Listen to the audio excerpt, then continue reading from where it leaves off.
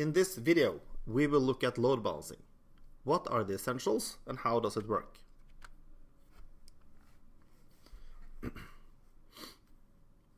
So let's say we have 3 servers over here.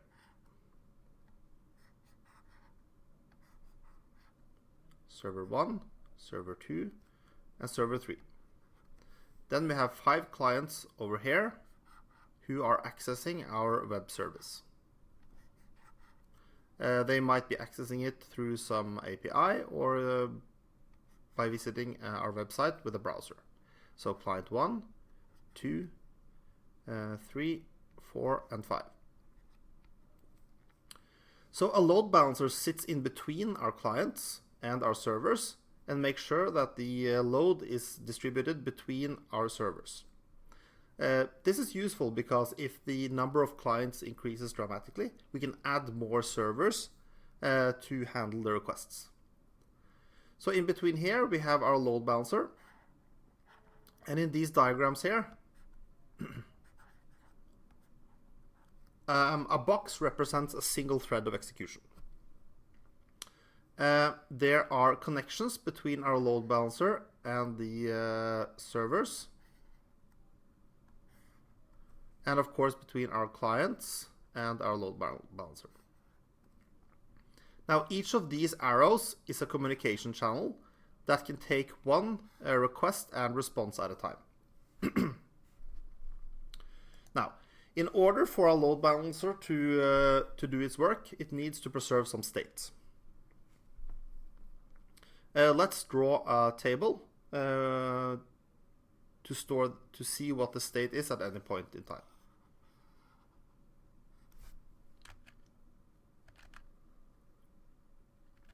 This table has 3 columns and 4 rows.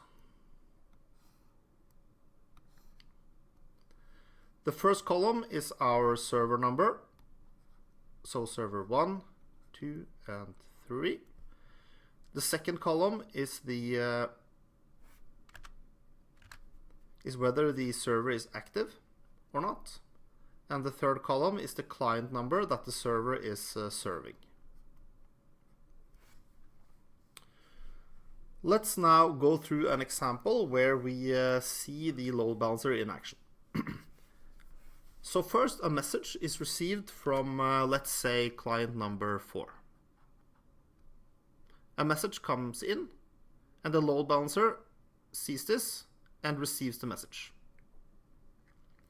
It then looks at which of the, it looks for a server that is currently free, and it finds that server number 1 is currently free. So it sends the message to server number 1. And it notes in the table that server number 1 is now active, and that it is serving client number 4. Now a second message comes in from client number 1. The load balancer picks that one up, finds that server number 2 is free, so it sends it. It accepts the message first, and then sends the task to server number 2. And it notes this in the table. The server number 2 is now active. It's serving client number 1. At this point, server number 1 has accepted the message and returned the answer. The load balancer accepts the answer. It looks up in the table and sees that server number 1 is serving client number 4. So it returns the message to client number 4.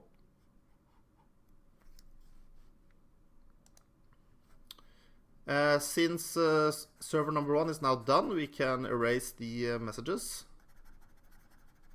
And we can clear the table, the row for the server number 1. And now client number 4 accepts the message, and client number 4 is done. So we can also erase this one.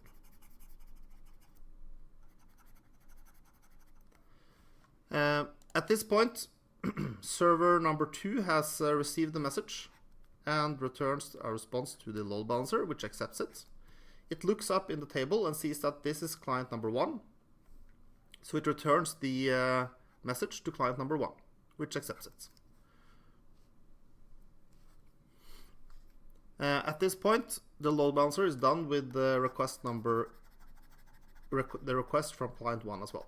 So we can remove all these.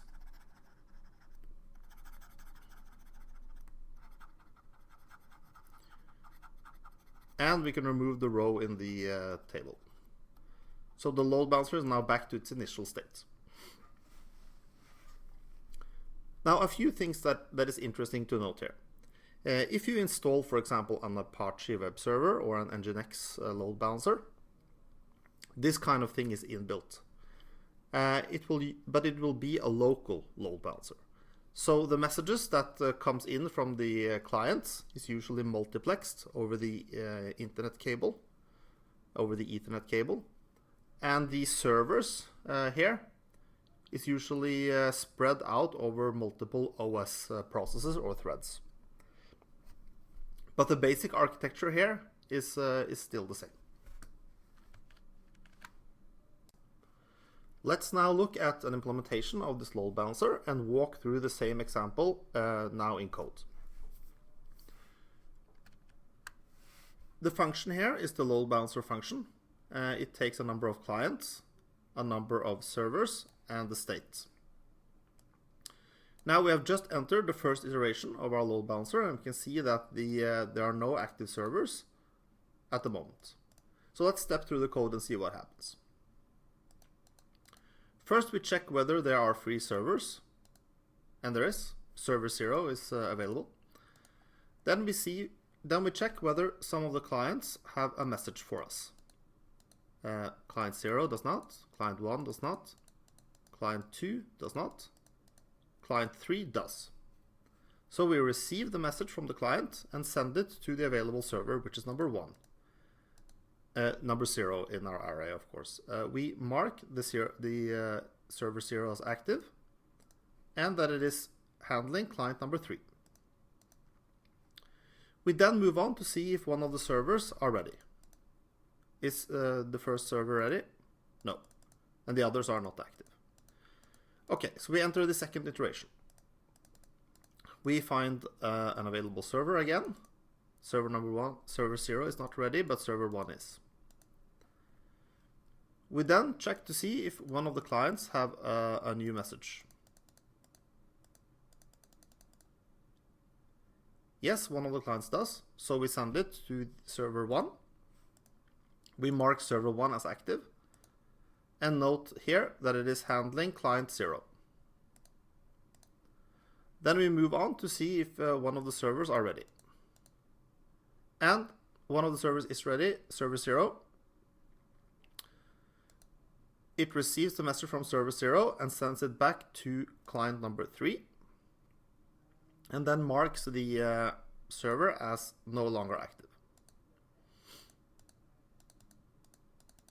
And there are no more ready servers. We go into the third iteration. Check for an available server. Server 0 is now available. We see if there are any more messages from our clients.